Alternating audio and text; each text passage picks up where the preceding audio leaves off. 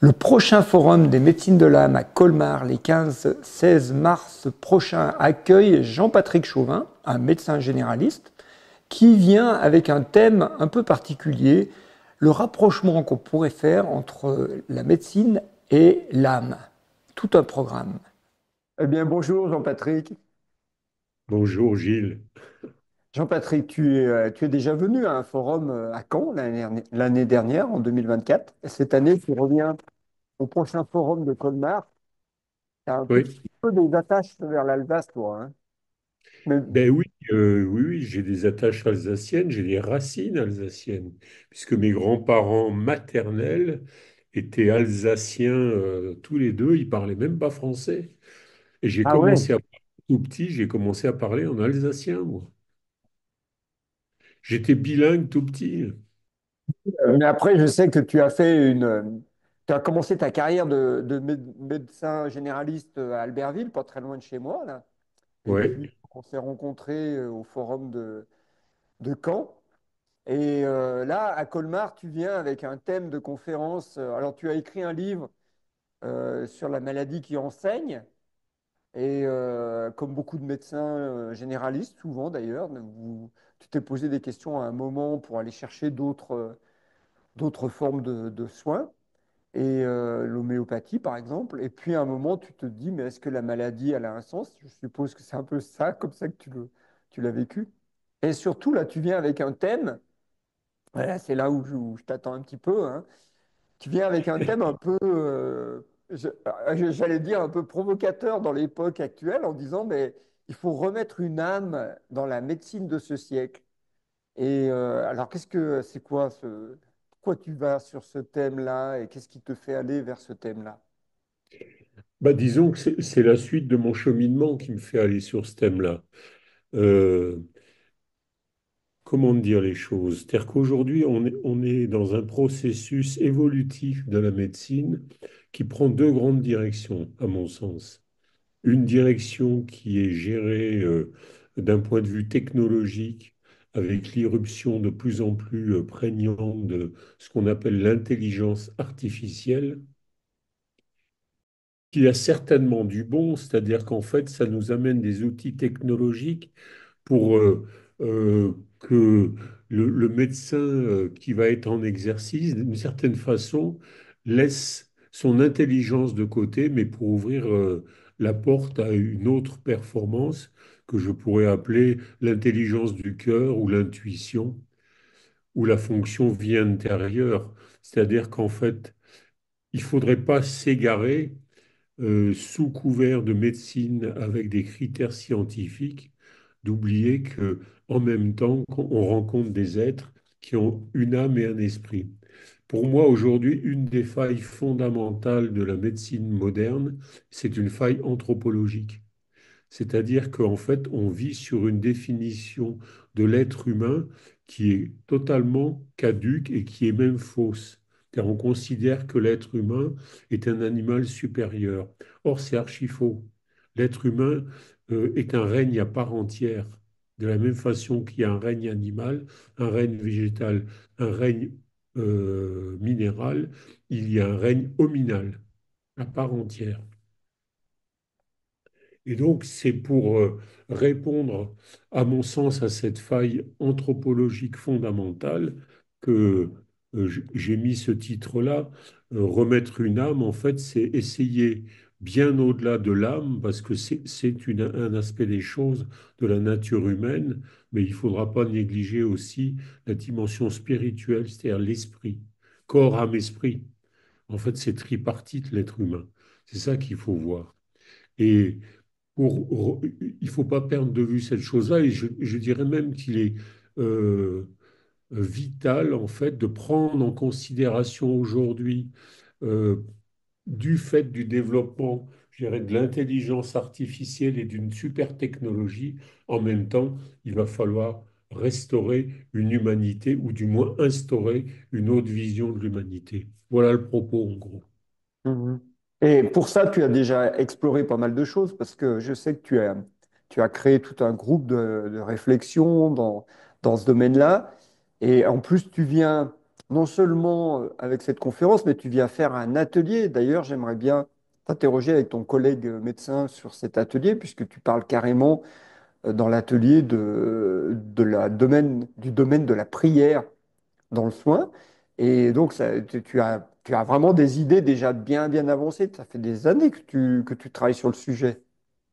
Oui, c'est pas que des idées, en fait, c'est des expériences. C'est des expériences vécues. C'est mon propre cheminement.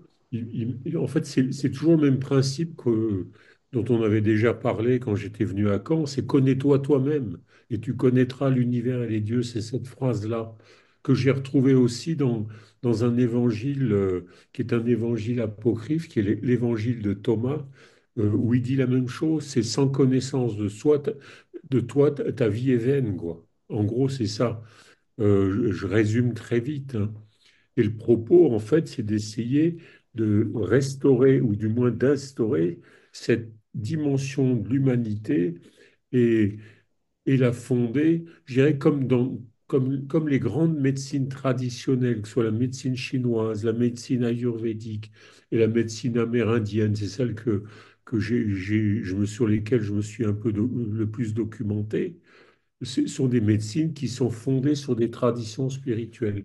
Est-ce qu'aujourd'hui, en Occident, on ne pourrait pas aussi essayer de réfléchir la médecine et la dimension de l'être humain en référence à la tradition spirituelle dans laquelle on est? Et j'ai bien dit spirituelle, pas religieuse. Il ne faut pas qu'on confonde les choses. Dans le religieux, il y a le danger du dogmatisme. Dans le spirituel, on est au cœur de l'expérience intérieure. Et c'est ça qu'il faut chercher. Et en fait, tu parlais de mon collègue Jean-François, qui a été un de mes premiers élèves et qui aujourd'hui est un précieux collaborateur, un frère, je dirais. C'est sûr qu'on mène cette académie tous les deux et qu'on essaye effectivement de développer ce point de vue-là.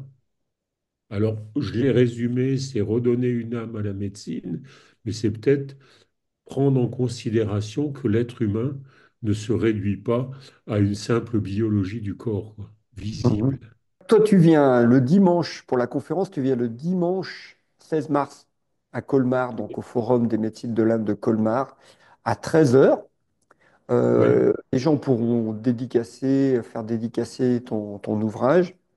Tu vas faire oui, ça. Et puis, tu seras là aussi la veille pour un atelier. Mais je pense qu'on va en refaire une petite vidéo interview parce que le thème est interpellant. C'est pas fréquent qu'on voit des médecins parler de la spiritualité, de la tradition, je pense, chrétienne. Tu veux dire ça, je suppose, bien sûr. de cette manière-là, dans la richesse intérieure qu'elle peut représenter et en quoi ça peut aider pour le soin les médecines qui existent déjà. Vraiment, moi, je trouve ça assez percutant. Ça a des conséquences au-delà du soin, ça a aussi des conséquences sur une certaine éthique du soin. Je viens d'avoir des échanges parce que depuis peu, je travaille avec un autre groupe qui est un groupe où on s'est retrouvé autour d'une écriture commune. Euh, ce, Ce sont des jeunes, je dirais. Globalement, ce sont des jeunes par rapport à moi qui est un peu bourlingué. Ils ont entre 30 et 40 ans, 45 ans, mais c'est d'une richesse inouïe. Et ce sont des ouvertures. En fait, ils sont tous dans le champ de ce qu'on appelle aujourd'hui la médecine intégrative. La Mhm. médecine intégrative qui essaye, mais ça, tu en as entendu parler aussi, qui essaye d'amener dans le champ de la médecine d'aujourd'hui d'autres réflexions, d'autres façons de soigner, mais surtout une autre pensée. Et le but, c'est ça.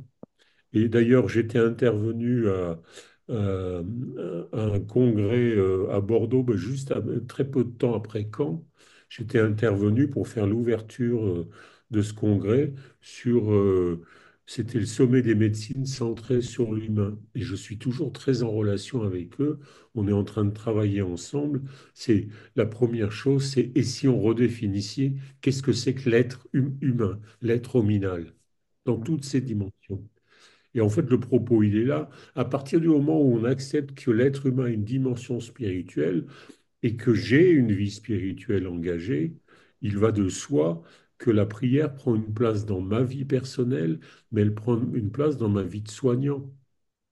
Et il se trouve qu'il y a des circonstances qui se sont présentées, où on s'est retrouvé à nous regrouper, tous les membres de mon équipe, en disant, et si on priait ensemble pour certains de nos patients, pour les accompagner. Mais tout ça, c'était fondé aussi sur des expériences préalables vécues.